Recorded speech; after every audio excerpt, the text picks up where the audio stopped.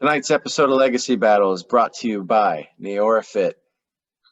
They say pictures are worth 1,000 words. Let's look at some of the amazing results that NeoraFit users have enjoyed. Check out this guy. And look at what Neora has done for this woman. That's impressive. And check this out. NeoraFit goes way beyond weight management. Look at all these extra benefits. Neora also features plant-based skincare and hair restoration products. Contact my good friend Vaughn at yvonneneora.com and check out all the ways Neora can improve your life. Enjoy the show.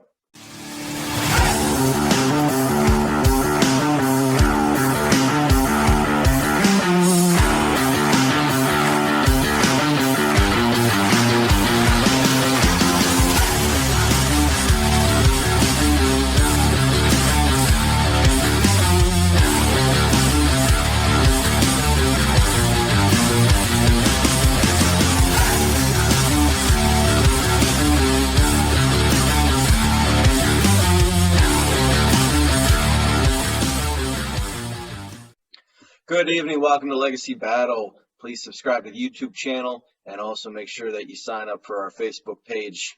Yeah, that's where you can win those trivia questions, prizes, and it's always good stuff, good prizes that we're giving away.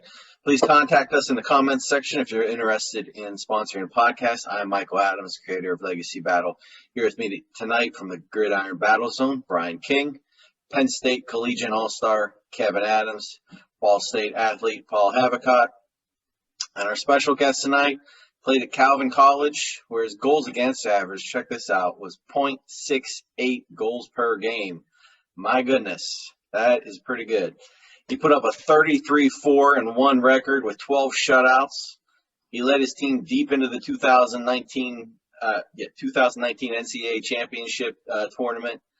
You know, if he had his senior year, who knows what could have happened. He made this All-Central Region 13. As I mentioned, COVID canceled his senior year there at Calvin, but he now plays in the USL Championship Leagues. Ladies and gentlemen, one of the newest members of the Pittsburgh Riverhounds, goalkeeper Chris Morrish.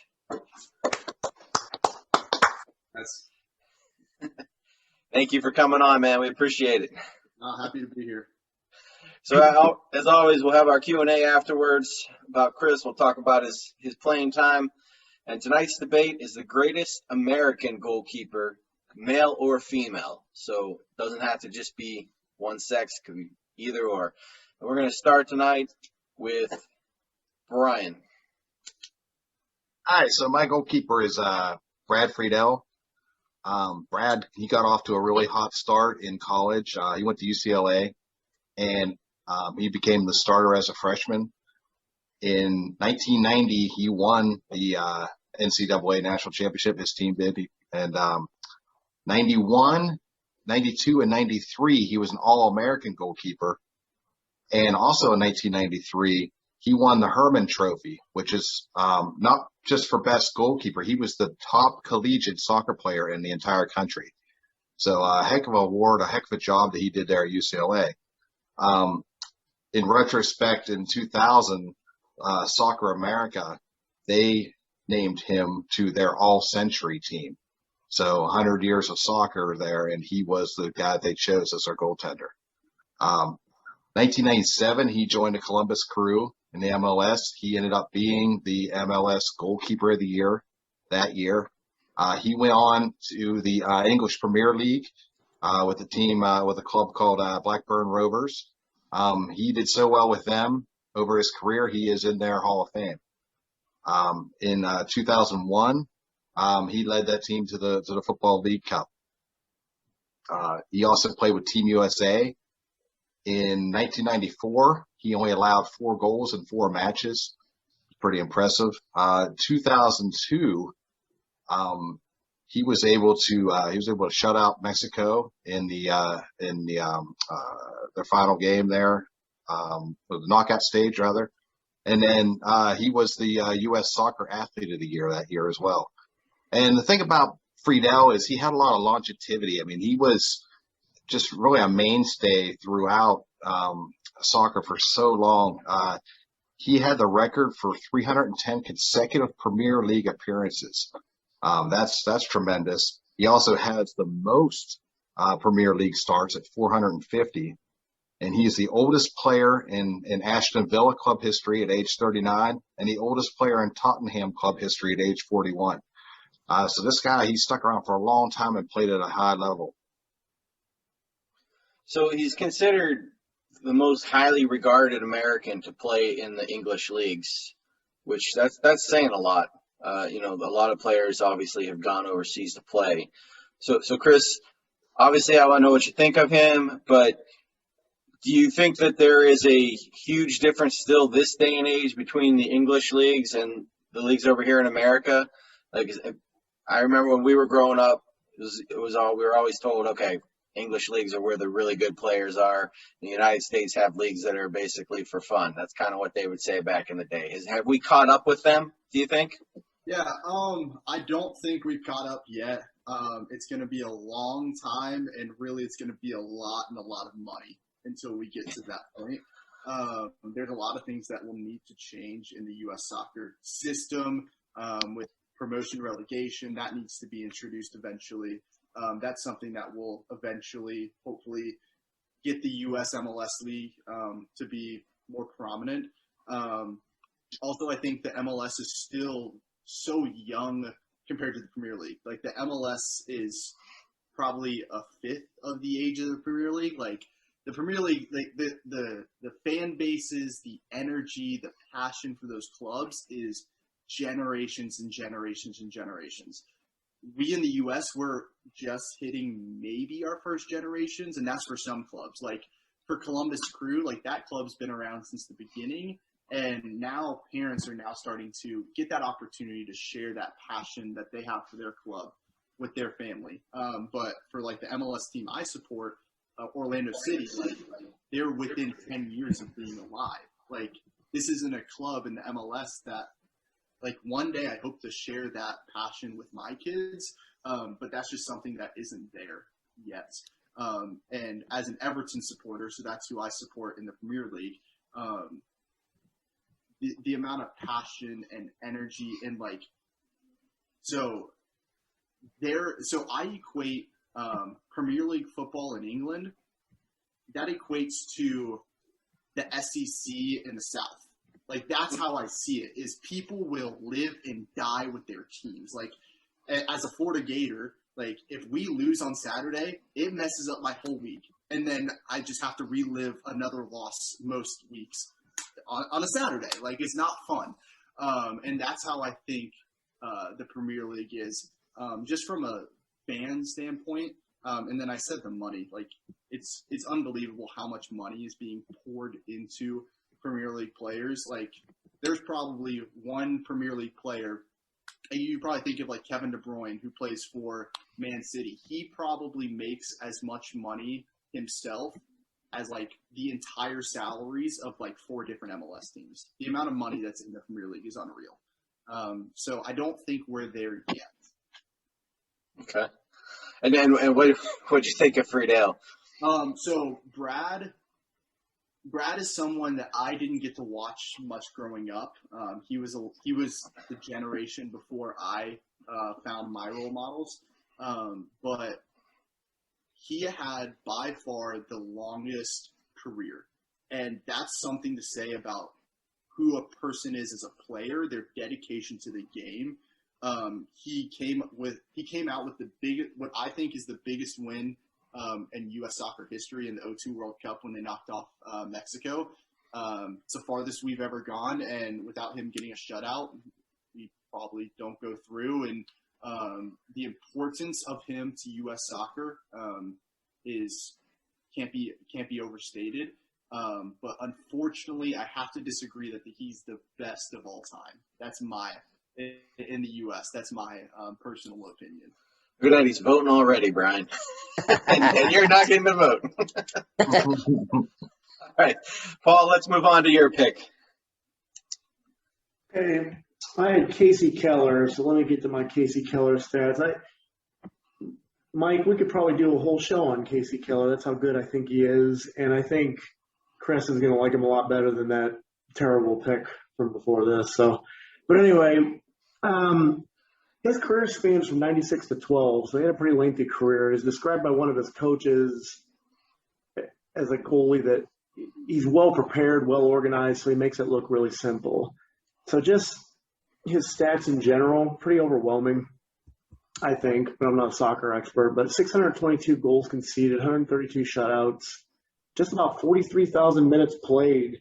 I thought he was kind of like the Cal Ripken of soccer, although Chris might be too young to remember Cal Ripken. I don't know how much he followed baseball, but I got to gear this to Chris because Chris is going to really decide if I can win here finally.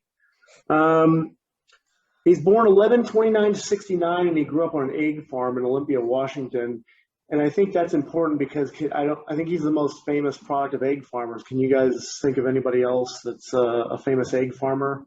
You can think about it while I'm going through the rest of these stats here. But he's got 59 consecutive regular season matches as start, and he was the team captain.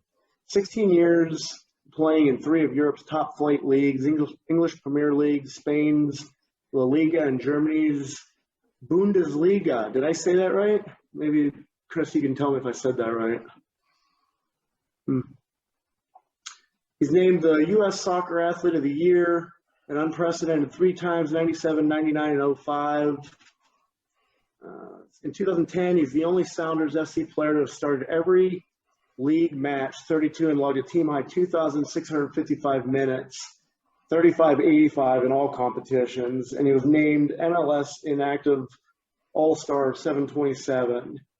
He earned his first MLS assist on Montero's game-winning goal versus Houston, and he recorded a season-high 9 saves at Philadelphia, 627, made 2 stops in a penalty shootout in Portland in the U.S. Open Cup in 630. But as a broader overview of some of these awards, he's a 4-time World Cup participant, did the Olympics 95, 96, 3-time Football Player of the Year, 05, 99, and 97, Goalkeeper of the Year for Seattle Founders, 3-time Gold Cup winner, 7, 5, and 02. And I think with the longevity of his career and sort of the compilation of all these awards, I think he's probably arguably one of the best goalies of all time here. We'll see what you guys think. He's definitely up there. And what I will say is with him, Friedel, and who Kevin's going to talk about, Howard, I mean, these were 3 guys that were all fighting basically to be the man for American soccer. I know Tony Meola was maybe just a tad before them and kind of lost his spot because of maybe something he did that the coach didn't like, but that's neither here nor there. But Chris, what's your thoughts on Kelce Keller? Casey, again, is someone I didn't get to grow up watching, and that frustrates me.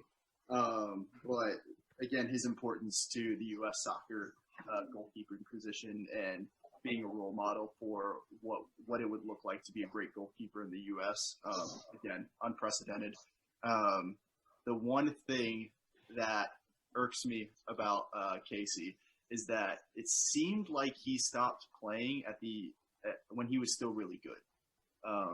I think he could have played a couple more years, and then that would have given me the opportunity to watch him, especially playing the MLS. Like, that would have been an amazing opportunity for the MLS to have a world-class goalkeeper in the league for longer.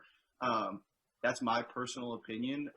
But again, in his career, the achievements that he had, the awards that he won, the games that he played, the places he played at, unbelievable. And Paul, you'll be happy to know I couldn't find a negative about him, and I looked and looked and looked. I did too. I wanted to have a funny negative comment about it, and I think what Chris is saying is he was good at everything except for how he retired. That one he didn't retire. He didn't retire very well. Retired too early. That sounds about right. All right, let's move on to my pick. I have the only female on our list of 4. We'll have another one in our honorable mentions, but I have Briana Scurry. So, I like to start with stats, obviously. That's just the kind of person that I am. But so we got something. She's got 2 Olympic gold medals and a World Cup. There's no other goalie that we're talking about before tonight that could say they have a World Cup. 173 international appearances. She made in the Hall of Fame in 2017. She made the Hall of Fame. She's the first woman goalkeeper and the first black woman to get into the Soccer Hall of Fame here. So that's something very special, and she'll be recognized for that for the rest of her life and beyond. But she played at UMass, pitched out 37 shutouts there and 65 starts. So basically half her games she's pitching a shutout. And she had a 48-13-4 record with a .56 goals against in college. And in 1993, she was the National Goalkeeper of the Year. She's an All-American, of course. She played for and she was a founding member of the Atlanta Beat, which she started for 3 years. They won 2 championships, and she won the Goalie of the Year in 2003. And then, of course, on the international level,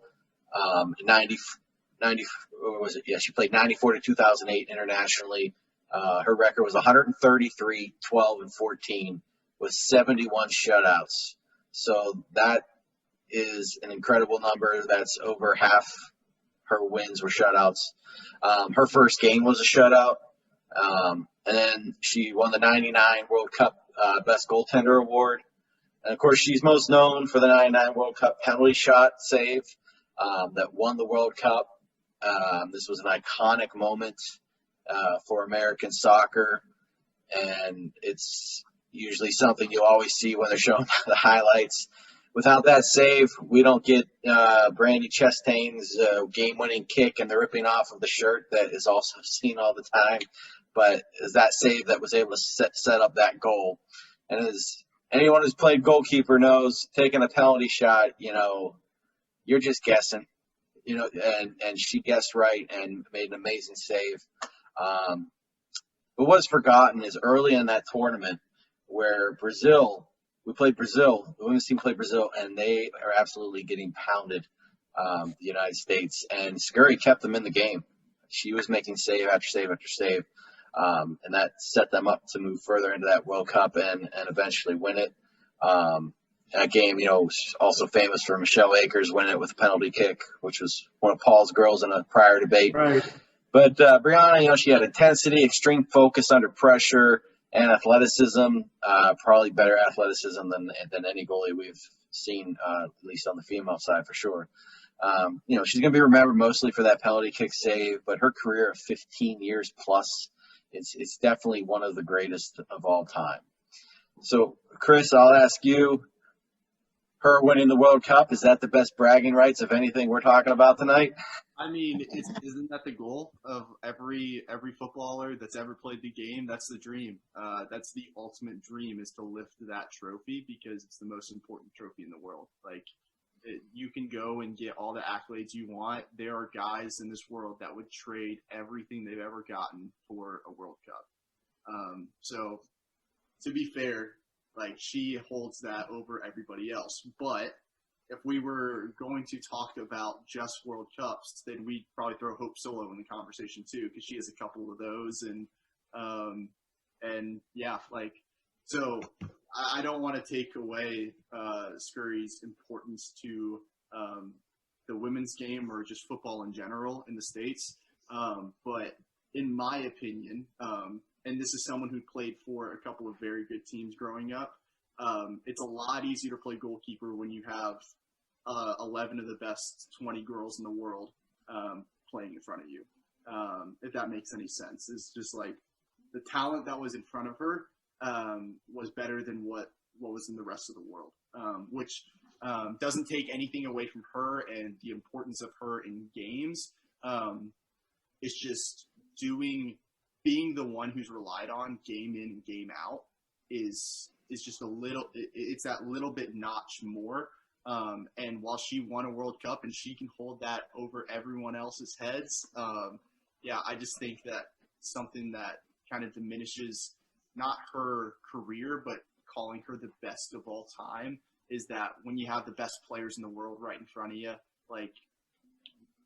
probably without Briana Scurry, they would have won a World Cup I think that team was so good that they didn't need the best goalkeeper in the world to win a World Cup, and that's my opinion. Brian, you're representing as an honorable mention the other female tonight, which is Hope Solo. I know you'll give a little info on her later, but what are your thoughts? Do you think that the American women were that far ahead of the women of the world? Yeah, I mean, it's obviously a stacked team, and in comparison, you look at the men's side. I mean, you're talking about a team that's probably lucky to be in the top 10, really, and maybe probably in the between 10 and 20 most seasons as far as just general talent level. So yeah, I mean, to Chris's point, that's the difficulty level is so much higher whenever you're playing with inferior talent. Yeah, no, I agree. Okay, well, we'll see if that hurts her later on in our vote. Let's go on to Kevin. You're up. Yeah. Hey, real quick, did you had mentioned that she won a gold medal at the Olympics too? Did you say that? 2 golds. Said that at the very beginning. Yeah. Yeah, I mean, that's impressive too. I mean, to win a World Cup and gold medals at the Olympics. But I see the point from Chris and Brian. But so moving on, going to my guy, Timmy Howard. Everybody knows Tim Howard. I mean, come on. The World Cups in 2010, 2014 was an exciting time for U.S. soccer, starting to make a comeback. And he was our man going into those tournaments. But he was born in '79. He's actually still playing. He's a goalkeeper in the same league that Chris plays in, the USL Championship for the Memphis 901 Football Club. He's also like a part owner and sporting director for that team as well. He's also an international ambassador for the U.S. For his former club, Everton. In 1999, he played in the Pan American Games tournament, and he ended that tournament with a bronze medal. This dude played actually midfielder in high school, and he was also good in basketball, I found as well. But he started playing for like a semi-professional, like youth central Cosmos or something before he actually graduated high school. It was the Central Jersey Cosmos. In '95, he was also part of the U.S. under-17 squad. But he began his professional career with North Jersey Imperials before moving to the Metro Stars. Howard posted a 5-2-2 record with a 1.59 goals allowed average in 2000. And he split time between the Metro Stars and the United States Olympics team. So he probably would have had even more wins and better stats if he wasn't splitting time. He also won all 3 of his U.S. Open Cup starts that season. In 2001, he was the MLS Goalkeeper of the Year. He recorded 146 saves and finished with a 1.33 goals allowed average, 4 shutouts, and a 13-10-3 record. He also received the MLS Humanitarian of the Year award that year. He actually has done a lot of work with Tourette's syndrome, which I was interested to read up on. He's a good advocate for that. And has done some good things with that. He played 27 of 28 regular season games in 2002 for the Metro Stars, recording 4 shutouts. He was named to the MLS Best 11 for his 2nd straight season. He played in the English Premier League. He actually got noticed by Manchester U. That's one of the best teams over there. In 2003, they won the FA Community Shield, the 03-04 FA Cup, and the 05-06 League Cup. And then he actually got sent over to Everton on a loan because Manchester U signed another goalie. So they loaned him over to Everton, who actually signed him permanently in February of 2007. He became the U.S. team's first choice goalkeeper and started in the 2007 CONCACAF Gold Cup final. And that's they actually beat Mexico 2-1 in that final. In 2009, the FIFA Confederations Cup, he played the semifinal match where we actually faced Spain. And we actually upset Spain. Spain was the #1 ranked team in the world at the time, and he shut them out. We ended up finishing, unfortunately, runner-up, got 2nd place, but he was actually awarded the Golden Glove for best keeper in that tournament. He's one of the, America's greatest goalkeepers in the history of American soccer. He was named the 2003-04 PFA Premier League Team of the Year. He was awarded 2009, Golden Glove, like I said, for the Confederations Cup. The Chicago Tribune actually described him as rarest of creatures, an American soccer hero. In 2012, he became only the fourth goalkeeper to score a goal in the English Premier League, which is impressive. Not many goalies score, obviously. In 2016, he returned to the U.S. to play in the MLS. He signed with the Colorado Rapids.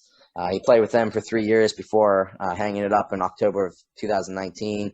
But like I said, he's actually still playing. He returned, became co-owner of a club where he actually signed a contract to also play. He is the most capped goalkeeper of all time in United States national team, which if you don't know what capped means, it's just international appearances. He had 121 appearances. He participated, like I said, in the 2010-14 World Cups, started in all those matches. He also set a World Cup record for most saves in a match. He had 15 saves in one match against Belgium. MLS All-Star game 3 times, MLS All-Star MVP. One of the greatest players in the United States history. Great goaltender, great guy. Does good things off the field as well. So if I had done my research right, and I normally do, he actually has the worst goals against average out of all the goaltenders we're talking about today. So, Chris, does that reflect on him or the team in front of him? I think that goals against average, while it's nice to look at, I think something that's more accurate maybe is looking at save percentage. And even that sometimes can be skewed because if your team is really defensive and just making the team make hard shots, then it's making it easy for you to make saves, and even that can make it skewed sometimes. You did hear me say you had a .68 goals against in the intro, right? I was trying to hype you up. my team in front of me, especially my sophomore year, was just unbelievable. But yeah. What was your save percentage? I think it was around 800. Okay. So I think between the 2 years it was around 800. I'm not 100% sure. It's probably a little bit lower than that, like 7, 8 or something like that. Okay. Paul, Tim Howard, do you think maybe that's the most known name for men? I think the key here, and Kevin did a wonderful job with all his stats and everything, and I think the key here is the question in March of 2021 is who's the best right now. Tim's still playing, and I think that Tim's going to eventually overtake that title, but I think, as of right now, Casey's probably got a very, very narrow lead. But Kevin's right. It's another situation where it's hard to find anything negative about this guy. He's the most well-known. It's probably who Chris grew up, as a mentor. And I think he's probably doing wonders for soccer over here. So he's a star still in his stride. Okay. So before we move on to our honorable mention and our vote, let's give out tonight's trivia question for a prize. Prior winners, you guys are ineligible. Please place your answers in the Facebook comment section.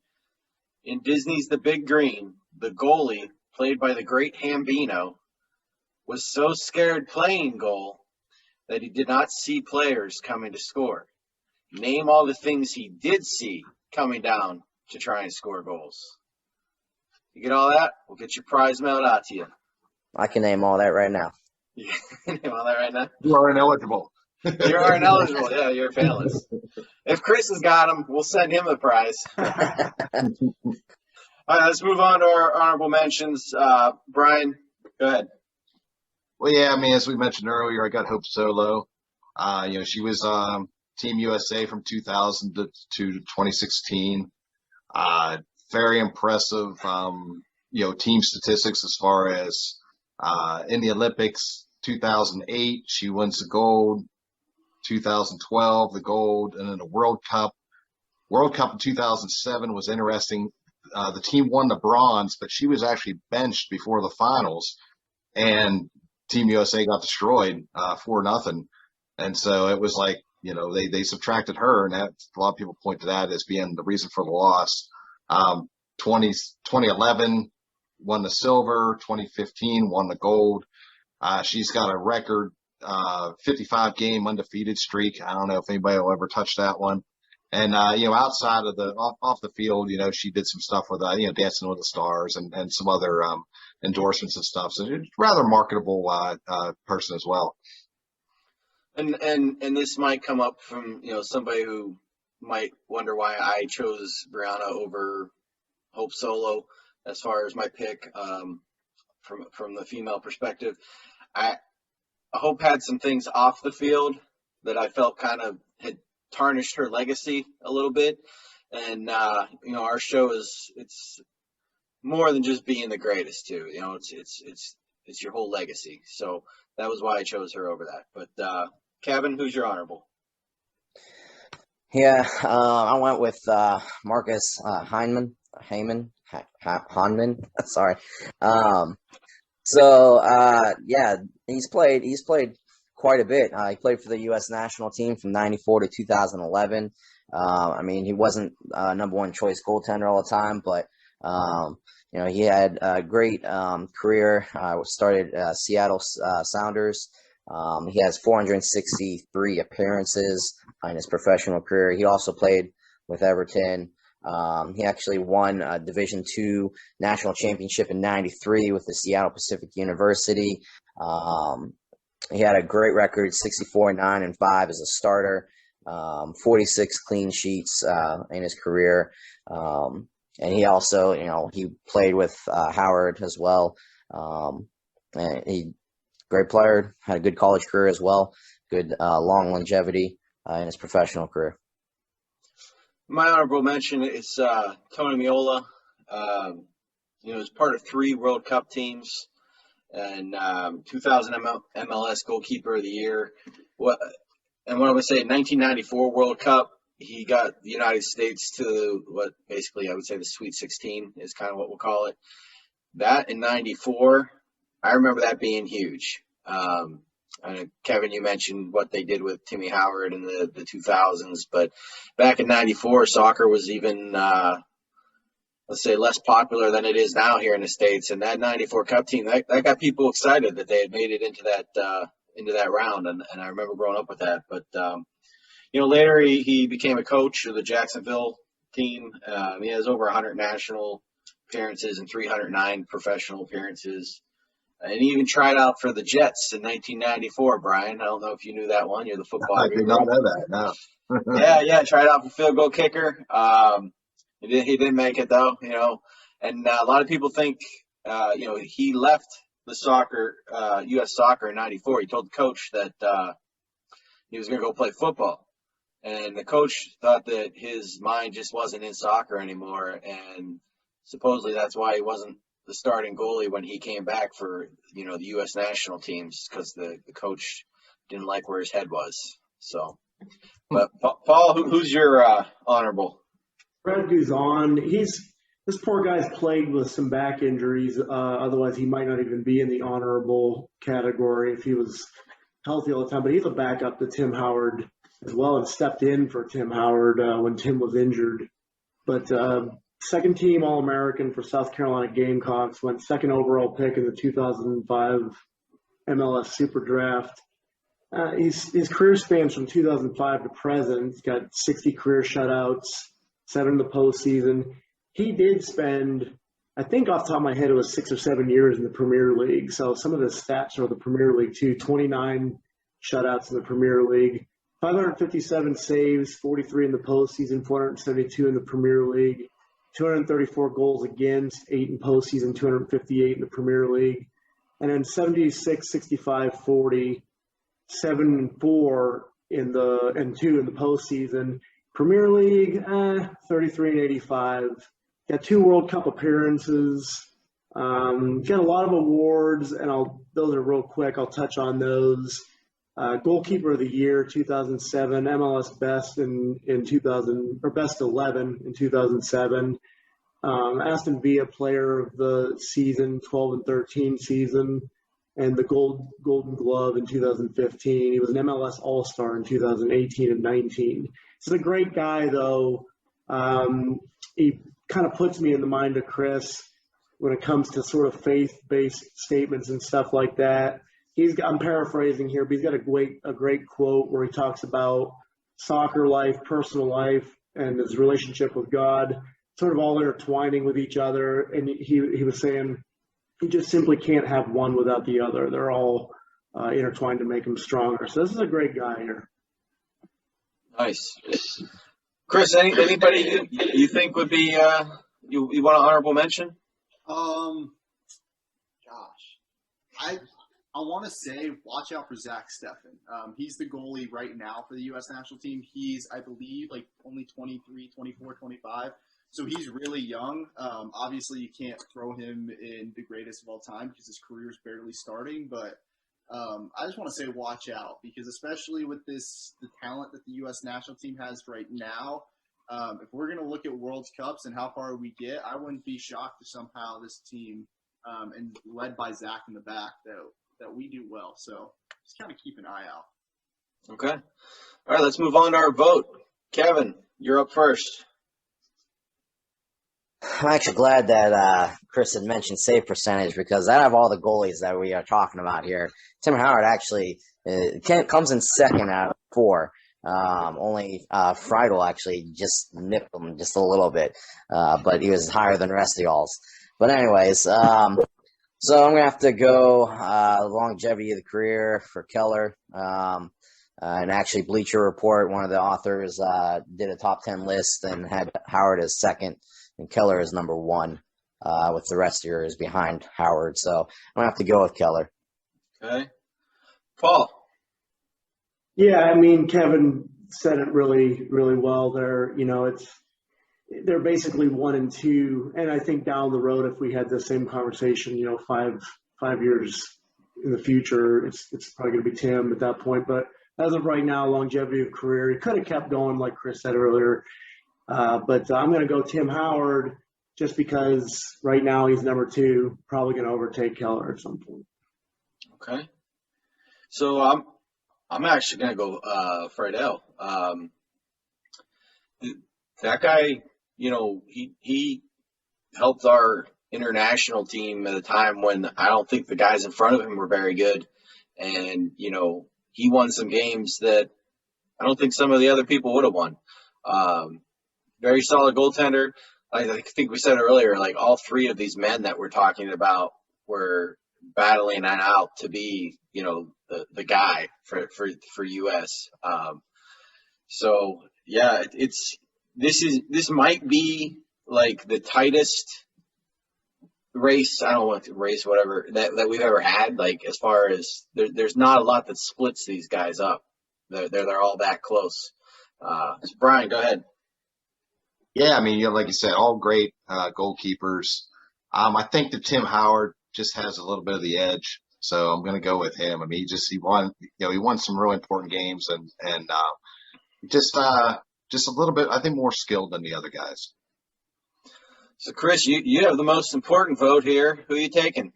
I have to go with the other 2 guys, Tim by far, and for really a couple of reasons. One, he has the most caps, most appearances for the U.S. men's national team. That's just an amazing number, an amazing in a competitive environment with these other 2 guys breathing down his throat, and also Brad Guzan breathing down his throat to keep his spot. Talking about keeping his spot, he only ever lost his starting position twice in his career. Once at his last season in Manchester United, and then once at Everton after 10 plus years at Everton. So like the man has kept the consistency over the years.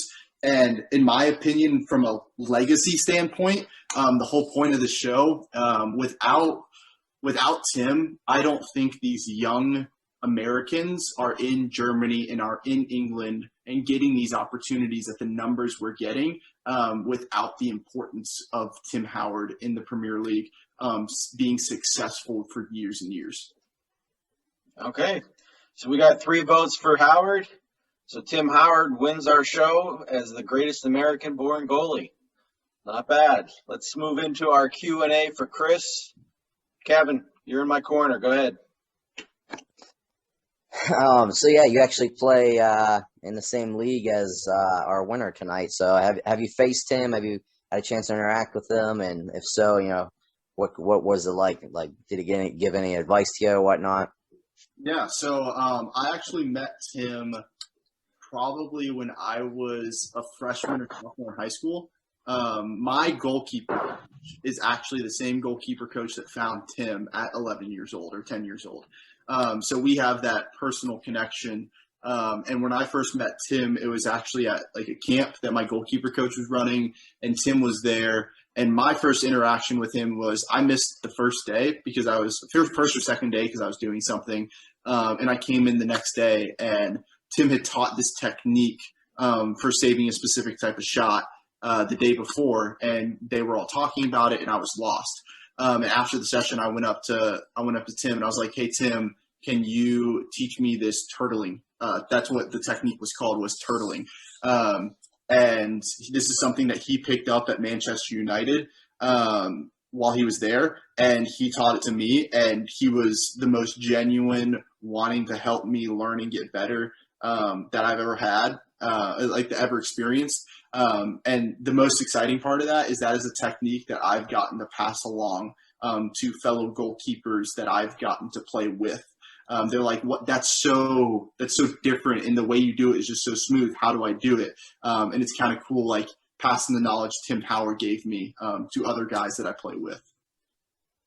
Paul.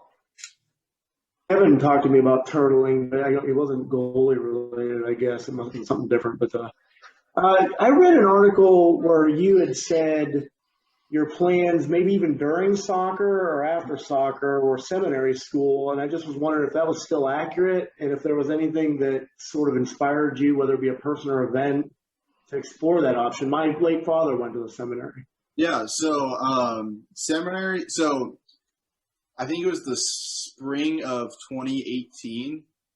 Yeah, I think it was the spring of 2018 or 2019. It was spring of 2019. Where I'd been wrestling with like, okay, what do I want to do for a career? What do I want to do for life? And something that I've always said since I came to Christ was like, if God wants to send me to a cardboard box in the Philippines and share the gospel with people, like that's something that I will go and do if that's something I'm called to do. And during that time, God kind of changed my heart because I wanted to go and do like ministry for special needs kids. And he kind of changed my heart to where doing missionary work is something that I have a desire to do now. And seminary is kind of something that I've also put on the table. Like, hey, God, if you call me to seminary, if this is something you want me to do, like, let's go do it. And I trust that in that moment when you call me to go do it, that opportunity is going to be available. Right now for this year, as of today, and tomorrow I could wake up and God could change my heart again. But as of today, I'm not going to go and do seminary this season. As a rookie, I want to kind of get settled in. There's a lot of things that I'm going to have to catch up on, like the pace of the play, the quality, and just that in of itself is going to be a lot. So for this year, it's going to be put on hold. But when applications come next or this fall, it's something that I'm going to be praying intentionally about and saying, God, if this is what you call me to do, is do seminary, whether in while playing soccer, or heck, if God says, hey, I want you to stop playing soccer and go send you to Africa or wherever, like I'm ready and excited to go and wherever he calls me. It's awesome. Chris, that is so awesome to hear, man. As someone who's been to the Philippines on a missions trip, let me tell you, you get over there, it's gonna change your life. I remember I went over there. I was playing soccer with we called them street kids, basically. You know, when we're done, we're handing them all out cookies and stuff, and we're trying to leave, give them food, and one of these kids, he probably hadn't eaten in days, is trying to give me his cookie just so I would stay and play more soccer with him. You go over there, like you said, man, you preach to them Jesus, you give them some food, you play soccer with them, and they don't want you to leave. It's heartbreaking, it really is. Oh, for sure. And like people, like so many guys in the profession that I've gotten to talk about, the reason they play soccer is so they become famous, so they make money for their family, like all these different things. Like the reason I see soccer as such a beautiful thing is that it's an opportunity to build relationships with people. Like this little ball, it's almost like its own little language. And through that ball, you can build relationships with people. And out of those relationships comes trust. And out of trust, you get the opportunity to share the gospel. And that's that's my only desire through soccer, is that it is just a pathway to share the gospel with people. Like if I never start a professional game, but I get to share the gospel with people. Like how much like that's so much more joyful than starting every professional game and not knowing Jesus. Awesome. You need to watch our prior show with Sid Bream. He's involved in a Christian athlete program up there. Okay. Brian, go ahead. Okay, well, I noticed that while you were with Calvin, you guys had a really big shootout win in the tournament. So what I wanted to ask you was, compared to just the regular play, what is the mindset? How does the mindset change for a goalkeeper during a shootout? Yeah, in a shootout, I don't know how much you think, honestly. But like there's this I don't want to say cockiness, but like there's this arrogance and like this confidence. I want to say confidence about you. And in those moments you just have to think like there's another goalkeeper across from you. And like most of what you're about to do is out of your control. Where the guy shoots it is out of your control. And that's 90% of a penalty shot. Like most of that is out of your control, but that 10% that you have, look across the field or really right next to you, and you go, I will take myself over that person every single day of the week, every single one of these shots. And I think that the hardest thing was we missed our first shot and they made theirs. So when that happened, it's like everybody goes, oh crap, we're going to lose now. But like my mentality was still the same. Like I knew that if I made 2 saves, I trusted the guys that were shooting to make their penalty kicks. And if it came down to where it was a sudden death, I'll take myself over the next person every day of the week. So you missed your senior year because of COVID. I mean, I think that canceled everybody out. So you guys have done really well in 2019. What was expected of your team in 2020? And did you think that with everybody that you had returning, that maybe you guys had a shot at winning a national championship? Yeah, so actually 2018 was my first year at Calvin. I transferred in, and we made it to the national championship game. And we only lost 2-1. Junior year, we lost 4-0 to the same team that beat us the year before in the Final Four. I'll be honest, it was going to be really difficult because from that 2018 team, we had to replace 9 starters from that 2018 team. And then 2019 team, we were going to have to replace 4 starters, and 2 or 3 of them were All-Americans. So it's like, it's really difficult, the people we were replacing, and 3 of those starters were all of our midfielders. So we were going to have to figure a lot out in a short amount of time. So not having spring last year was tough because of COVID. And then going into this fall, what the blessing was that we were returning all 4 of our back line, and then also returning me. So we were going to have our back 5, and we felt that was our strongest point to let the guys in front of us figure out what they had to figure out for the first 5 games of the season. The team that we lost to the last 2 years in the tournament, they lost their head coach, who was their biggest asset. And we thought we had the opportunity, if we were able to put the puzzle pieces together in the right way. One thing our 2019 team put together that was different. Sorry, guys. Okay. One thing that our 2019 team put together that our 2018 team didn't do was there's like sort of gritness about the team that like, hey, if there's adversity, we're going to push through it. And we felt like that was something that we're going to continue with through 2020. Was doesn't matter what happens in our faces. Like if we lose everybody, if people get injured, we're going to figure out a way to win games. So unfortunately, we didn't get that opportunity, and it's always a what if. But I mean, we had the pieces, if put together properly, that we could have made another run at it. Kevin. So I saw you had transferred from Trinity to Calvin. I was just curious, what was the transfer? Was there like a specific reason, or Yeah. what happened? My freshman year, I was a backup, and going into my sophomore year, I was planning on being the starter. And I tore my labrum on the first day of preseason at Trinity. Cool. So from there, I'll be completely honest with you guys, my grades were terrible at Trinity. I had a 2.4 GPA. I was barely keeping my scholarship. And I wasn't happy. I wasn't pursuing Jesus well. And at that point in my life, I needed to hit a reset button. So I went home. I worked for a ministry called Young Life for a semester with special needs kids, and through that semester, I got to be discipled by one of my very good friends. His name's David. He's like 10 years older than me, but played college sports.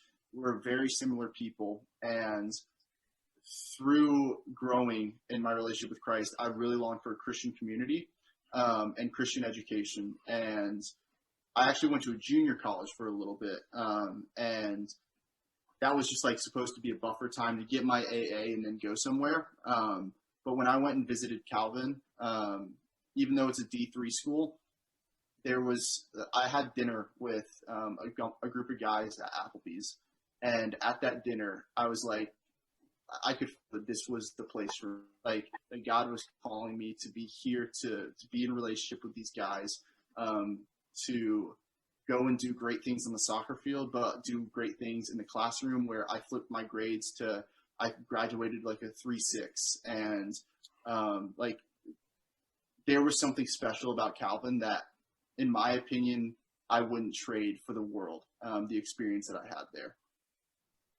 Nice. Well, You said earlier when we were talking, you don't really like the beach that much. You like the mountains more so. Where do you like to go? What do you like to do to kind of ground yourself and do a reset? Is it the mountains? Is there anywhere in particular? Yeah, so something I really love doing is road trips. Luckily, I've moved like 5 times in the last 5 years or something around that. So road trips is a part of my life, and there's a break. I'm road tripping from Michigan to Florida, now to Pittsburgh. I road trip to Memphis weeks. Driving is something that I enjoy doing, looking at God's beautiful creation. And I think my favorite spot that I've stopped is So I was driving through in the Appalachian Mountains and up at the mountains, and there was this little pull off. And I said, you know what? I'm pulling off. And I pulled off, put my car in park, sat on top of my truck, and just watched the sunset over the beautiful mountains. So that's just something that I thoroughly enjoy doing. One of my territories for work is in Georgia, and I recommend, if you ever get a chance, check out some of the waterfalls in the mountains in Georgia. It's extremely peaceful. I think you might like it. I appreciate that. I think I know what you're talking about in Appalachian. Is that Interstate 79? Me, Kevin, and Brian have probably driven that a lot of times. Yeah, I think so. Nice. Brian, go ahead. Keeping with our 79. Keeping with our geography theme here. Have you, since signing with the River House, have you gone to Pittsburgh yet? And if you have, what are your impressions of the city so far? So I actually stayed with a buddy of mine over the last week before I moved into my apartment, and he was up on Mount Washington, which, if anybody doesn't know, it literally looks right out over the city. But so being from like a small town type of deal, where I know my neighbors and I have space in my yard and stuff like that. The tightness and how close the houses are, really stressful. The amount of cars on the road, parked on the side, pretty stressful. I don't think I'm necessarily a city connoisseur, as some would say. But we're about 20 minutes outside the city where our apartment is. And I personally love it out here. There's a bunch of space, and it's that good balance of hey, the city's right there where we train and our games are. But at the same time, I get to enjoy my space and go for walks and not feel like people are breathing down my neck. So I understand. I read it somewhere. I don't know if it was the head coach or maybe the goalie coach for the Riverhounds. You played against him in college. He was a coach for another team. Is that accurate? That's what the newspaper article said. Gosh, I haven't seen this newspaper article yet. I think I'm trying to think. So the former coach of the Riverhounds, that was maybe 3 or 4 years ago, he is now the coach at my rival college called Hope College. and he's someone that I got to play against 4 times, and he won like 9 national championships or something like that at Messiah. He's like a legendary coach, and I got to play against him at Calvin, and I played 3 games against him, and I don't think they didn't score any goals on me if my math is right. 0 + 0 + 0 = 0, right, guys? Right. Nice. And we'll get you out of here with this. So you're in the USL now. I mean, do you have aspirations maybe to make it to MLS, or maybe try and do like Brianna Heberlin did, go over play in maybe Germany or the Europe leagues? Like what's your soccer goal? We know your goal with your faith, but what's your soccer goal? Yeah, so I think for this year, it's just to learn. Whether I play 0 games, 5 games, or all the games, I don't think that's not my mindset for this year in 2021. I think my responsibility as a player is to learn and to grow. And my hope is that in 6-7 years, I've established myself as a starting goalkeeper in this league and performed well enough to maybe I get that MLS call up and get a big time contract. And that's the like 5 to 8 year goal is grow a lot, establish yourself, and become an MLS quality goalkeeper by the time I'm 28, 29, 30. Well, most of us here grew up in Pittsburgh, so we're going to be rooting for you because we want to see our hometown teams doing really well. So thank you to Chris Morrish for joining us tonight. Great talking soccer with you. We know you got just a great career ahead, so we're going to be excited to keep an eye on that. I want to remind everybody to subscribe to the YouTube channel and join the Facebook group. So please just continue watching. So thank you and good night.